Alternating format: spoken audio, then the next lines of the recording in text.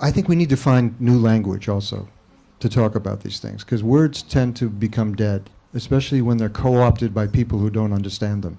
Compassion is only possible when we're inclusive, when we're all in it together.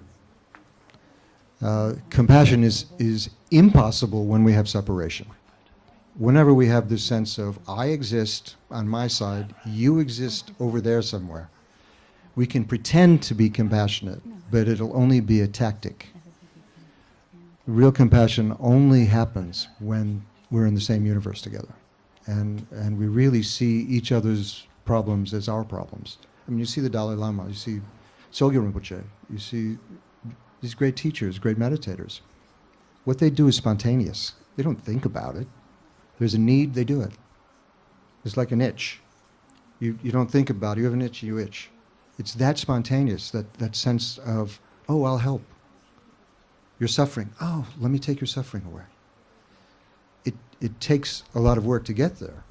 And we're finding now, even science, there's a wonderful meditator who's also a scientist, and he's been working, mapping the brain, and working a lot with Mathieu Ricard, doing blank studies with meditators and also beginning meditators, and seeing what happens to the brain when one meditates on compassion.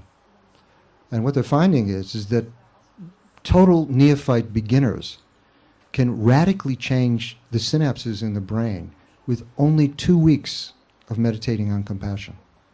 And those byways will stay open. They will become permanent if the practice is permanent. So it's wonderful to know that you can actually teach compassion and make it spontaneous, make it part of the way your brain is actually wired.